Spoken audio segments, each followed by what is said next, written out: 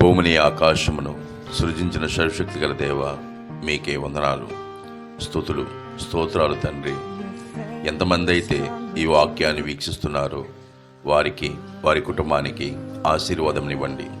వారి ప్రయాణాలలో క్షేమమైన ప్రయాణం ఇవ్వండి. వారికి మంచి ఆరోగ్యమునివ్వండి.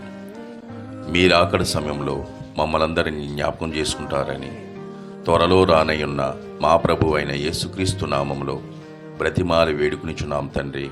ఆమెన్.